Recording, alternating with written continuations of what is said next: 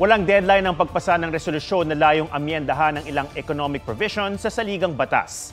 Sinabi yan ni Senate President Juan Miguel Zubiri sa pagsisimula ng Senado sa pagtalakay sa resolution of both houses number 6. May report si Mav Gonzalez.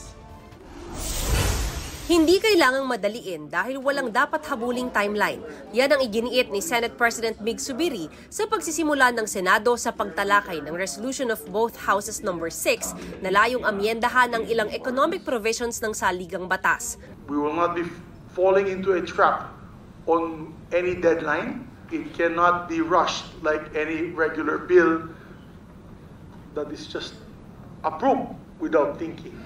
Sa isang pahayag, sinabi ni House Deputy Speaker J.J. Suarez na naniniwala silang tutuparin ni Zubiri ang pangako niya sa Pangulo na aaprubahan ng RBH 6 bago ang Holy Week break ng Kongreso sa Marso. Siniguro ni Senador Sonny Angara na namumuno sa pagdinig na economic provisions lang ang pag-uusapan, partikular ang foreign participation sa public services, advertising at edukasyon. Wala raw term limits ng mga politiko na usapin sa RBH 6. Huwag natin isipin na ito ay isang milagro na pag pinasa natin ay darating bigla at kakatok sa ating mga pintuan ang mga mamumuhunan at mga negosyante dahil maraming factors po yan. Pero kailangan ba talagang luwagan ang economic restrictions ng konstitusyon? Hati rito ang ilan sa mga bumalangkas ng 1987 Constitution. I'm in favor of removing some, if not all, of the restrictive economic provisions. Economic policy should be flexible to meet changing times in the economy. There is absolutely no mention of any charter change in the Philippine Development Fund 2023 to 2028.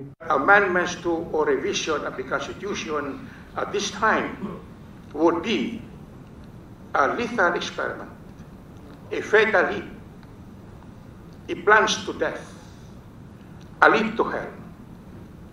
It will be a cha-cha dance to the grave or to hell. Sabi ng economic think tank na Ibon Foundation, isa na sa pinakamaluwag ang Pilipinas sa Southeast Asia pagdating sa foreign investments. We have much more foreign investment but much less development because the problem is not lack of foreign investment, the problem is a lack of vision for industrial development. Ganito rin ang katwiran ng grupong Buhay ang EDSA Network Campaign. Yung pag-attract natin ng foreign investors, hindi problema ng konstitusyon yan. Problema ng pagkukulang natin sa batas at kumpiyansa nila sa ating sistema ng hustisya. Tutol sa pag-amyenda ng 1987 Constitution, ang isa pang grupong layon din daw ng panatilihing buhay sa alaala ang 1986 EDSA People Power Revolution. Nagtakda ang konstitusyon ng mga taning sa panunungkulan ng mga politiko upang hindi sila magtagal sa kapangyarihan at pigilin ang pag-iral ng mga dinastiya. Bukod sa economic provisions, tatalakayin na rin ng Senado ang paglilinaw tungkol sa pagboto ng Senado at Kamara sa pag-amyenda ng konstitusyon.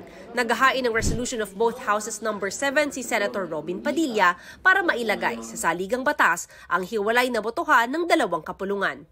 Mav Gonzalez nagbabalita para sa GMA Integrated News. Mga kapuso, alamin ang State of the Nation. Mag-subscribe sa GMA Integrated News sa YouTube. Sa ating mga kapuso abroad, samahan nyo kami sa GMA Pinoy TV at sa www.gmanews.tv.